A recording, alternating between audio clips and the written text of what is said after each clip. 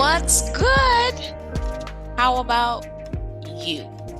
It's Krystal, the host of Moving with Meaning, the podcast, where actions have meaning, words have meaning, and we open up the conversations to discover what's your next move. I bet you guys are ready to get into the show for part 2 of the In Pursuit episode. Me too. Okay, just so we are still on the same page, a quick reminder of the theme is pursue, as in the intent to set your line of sight on a specific target and continue to keep it as part of your plan of action until we have caught on to its path. Now, we left off where I spent nearly half my life becoming something I did not want to be in the first place. Notice that I said becoming and not trying to become. I am what I set my sights on and executed it not perfectly, but beautifully.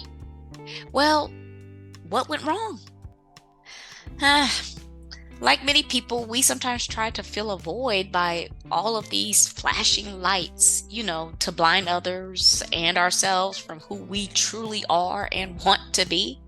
I believe I wanted to please my parents first and be a role model for my younger brother second. These are two stimuli that influenced my initial career path. And this is not because either of my parents or brother put any expectation on me.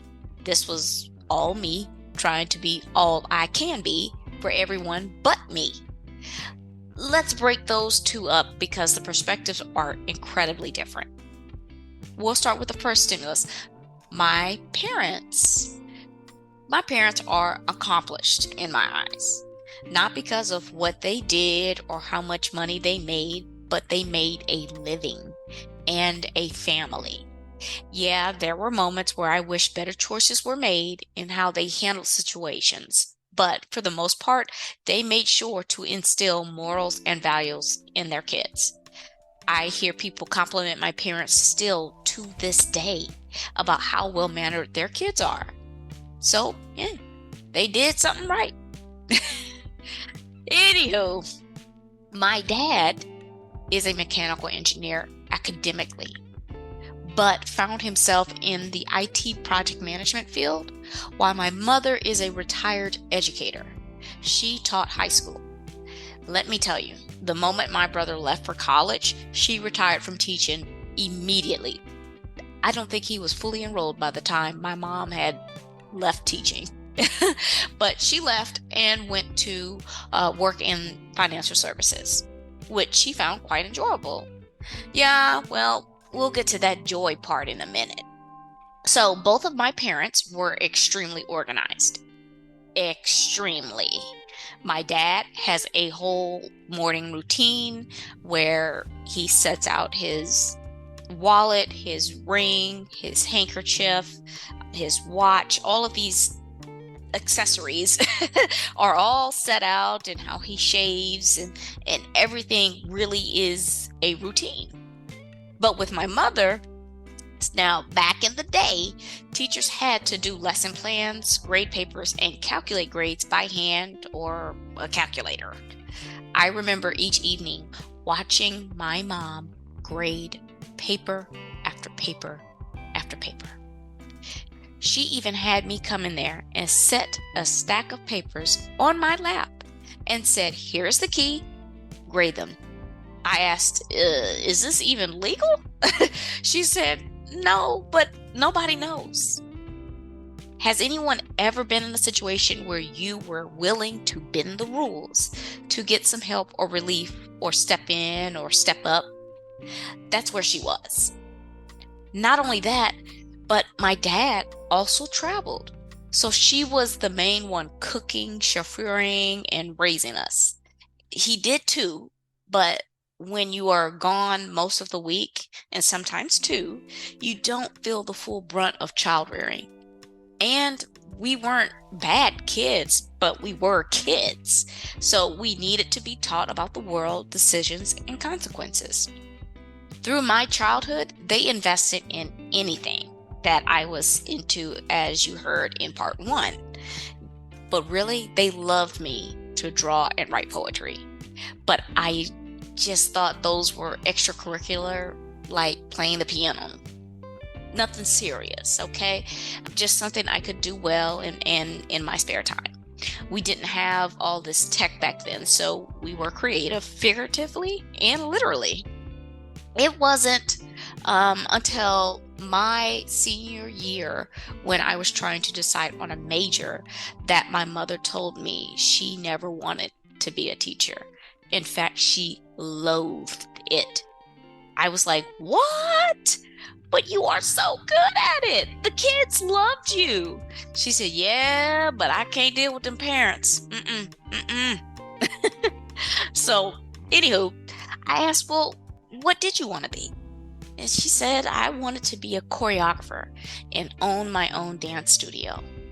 That immediately made sense, because she used to tell me all her stories with her fellow majorettes and the parades she danced in and twirling the baton. I asked her why she didn't. She said, well, I got pregnant and I had to finish college and I needed to provide.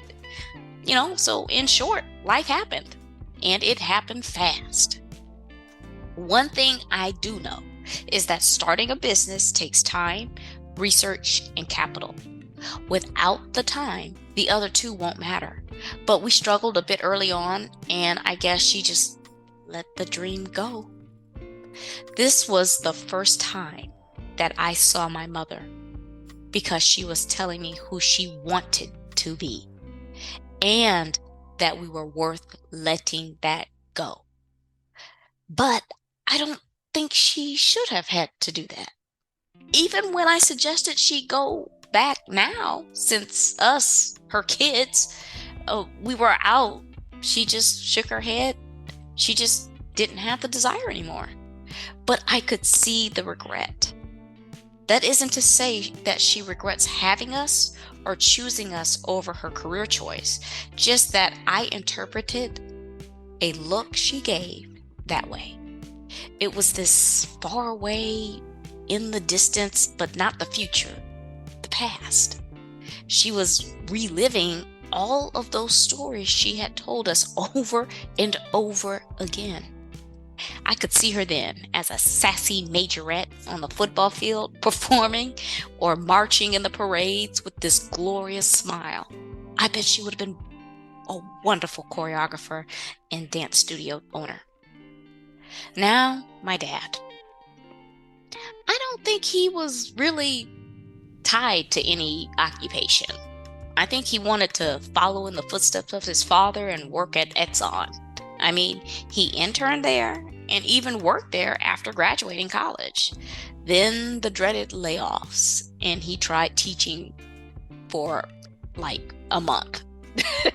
And then he got a job working at another oil and gas company. And I believe if it didn't pay what it did, he would have left after his first deployment, because he was never home. They always had him on a rig. We were too young to notice, but it was killing him to be away from us like that. Next thing you know, he got a call to go to Omaha, Nebraska to work for IBM. I think he was nervous because, are there Black people there? Yes, we are everywhere. The culture was definitely different though. Kids called adults by their first name, and speaking, as in saying hello just randomly, was not a thing. So when you come from a place and home that really emphasizes hospitality and respect, that was the shock for us. But my mom got all of my friends and those kids who she taught all together. She was that mama.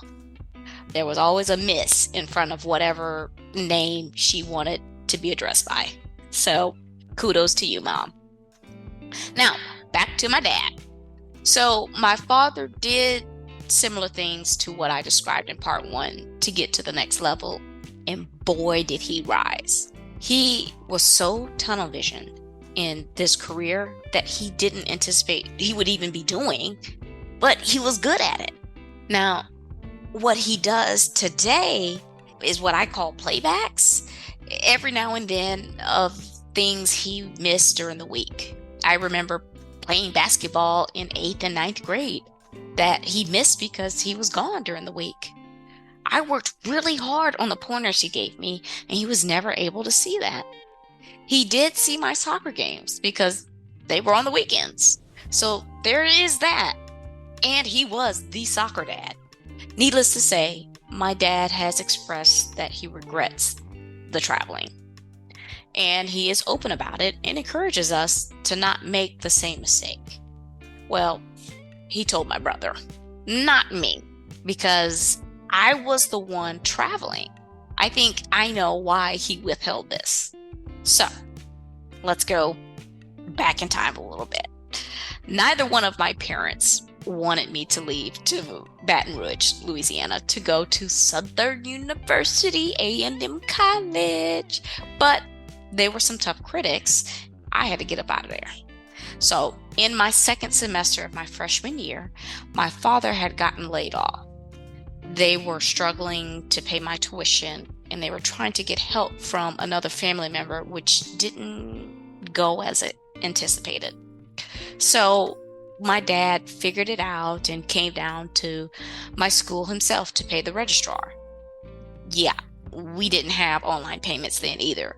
And I'm just speaking of my college. I don't know nothing about what anybody else's financial system was set up and looked like.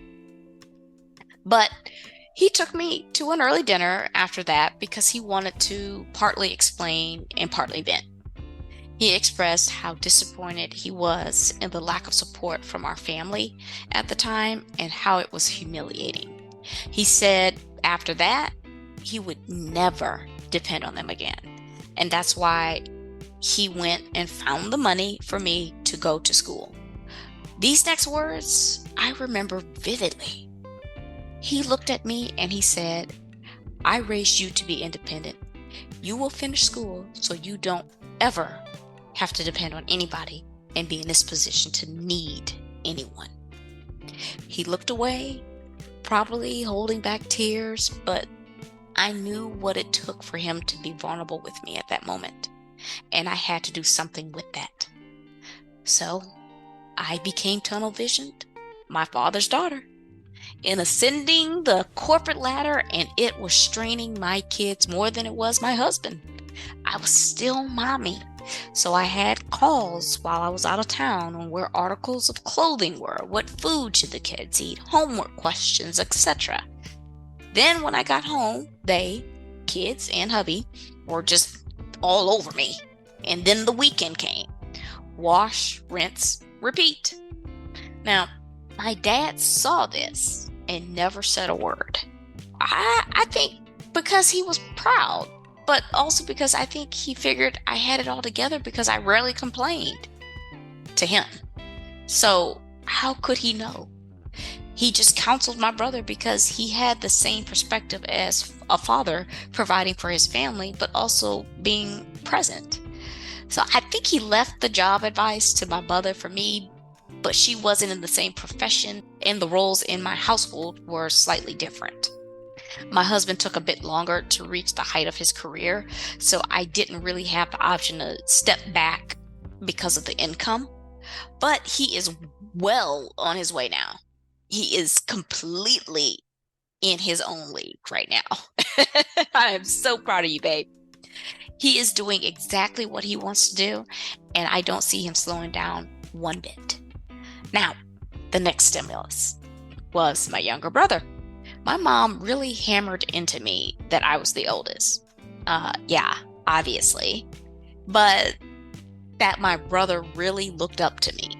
She pointed out things I really didn't notice. For example, he enjoyed spending time with me on video games, watching movies, and he would fall asleep in my bed while we had late night talks. When we played sports with the neighbors, he was super sensitive to making the basketball goal or running the ball in for a touchdown. I mean, we were just playing for fun. Heck, my mom had to tell me to stop fighting for him. Okay, story time. So here's the deal. I am very protective of my younger brother. And so when we were younger, Obviously, I was stronger, I was bigger. Okay. So anybody who messed with my brother, he came running to me. And he would run to me, and I would constantly be wrestling with these little boys that, I mean, there would be some things where he'd get into something and he's like, I'm gonna go and get my sister. so, so my mom had to tell me, Krystal, you need to stop fighting for him because he's going to get to the point where he's going to have to protect you. You're not going to be the biggest one all the time. You're not going to be the strongest one. So let him fight his own battles and then let him fight for you. I had to let him go on that, and we did conquer that. So when it came to academics, I had to tutor him, and I babysat over the summer breaks. He followed me to the same college, even when I told him he should go wherever he wanted. He just replied, I am. Even my children, he said, felt like they were his kids. My brother reflected to me a few months back about some of the various scenarios that he took advantage of our relationship and his position as the youngest. He couldn't look me in my eyes. His head was down and he was just shaking it, saying, that was so disrespectful and I'm sorry. I don't think we have time in this episode to really break that down, but let's just say I really needed to hear that because there is love and there is being taken advantage of. You know, exploitation. So early in my marriage, I had to do a lot of peacekeeping because it was difficult for me to impose boundaries on my brother. My parents, that was easy. But my little brother, who copied everything I did, listen, he had to write a paper his senior year in high school about a role model, and he wrote about me. How cool, right? And when it got to the point I had to impose the boundaries, things went from bad to worse for a time. But we're back on track now. We'll save that for a later episode. Another plug there as well. So yeah, I wanted to continue to be a good role model for him. He was bragging to his friends when I got my first house at 25 and just all the accomplishments. How would it look if I just gave all that up after he did all this promoting of my accolades? For some folks, this may not resonate, but if you know, you know. Now, we can get back to the continuation of the In Pursuit of Happiness Part 1 episode. I left off having achieved climbing the corporate ladder and was up for another promotion, in fact. But I wasn't fulfilled. I had to take a look back at what excited me. And I remembered the first time I read a poem to my junior high class for Martin Luther King Day, and I nailed it. I was 13. I remember drawing during Spanish class in high school, and my teacher walked by and stopped to compliment me on it when I was supposed to be doing the Spanish alphabet. I remember my freshman year in college and my dorm mates encouraging me to go to poetry night every Wednesday. I was so inspired. I went back to my room and wrote a poem, and after a few weeks, me and another dorm mate agreed that we would go up to the mic that day. I don't know why, but on this day, it was packed, and it never was this full. We looked at each other and was like, yeah, damn this. But we had our support sisters there, and I went on ahead and got up there, did my little thing, and I got a standing ovation, like recognition here. For example, someone stopped me on the campus one day and was like, you the girl who did that poem? You know, I said, no, you got me mixed up. And he replied, no, it's you. It was called Nigga Please, right? Let's just say he was right. It was me. So the memories just kept coming back to me, and I realized my passion was not only in creative writing, but in my vocalization. Looking back on it now, I can see why I made it in consulting. This was where I thought I could have both, speaking and writing and creating something beautiful that others can appreciate and hopefully benefit from. I went from my own consulting firm to finishing my first fantasy book, the one I started in college, in 3 months, to starting my sequel and my memoir, and now I'm a blogger and podcasting. While I was outlining my memoir, I thought this is perfect for life coaching. I can relate to so many people through my life lessons. You know, I can make it make sense. I have been happy ever since. I sleep well and I wake up excited and inspired. I'm so happy that I have a great support system with my nuclear family, my parents, and my brother and his family. Yeah, it wasn't necessary to have it, but it sure makes the medicine go down. I'll stop there because there are folks who are listening in that recall some of those HBCU days, and we'll have plenty of time to have them on to cover all of the crazy that went on during our collegiate experience. So, we had some golden nuggets, and you know how we do.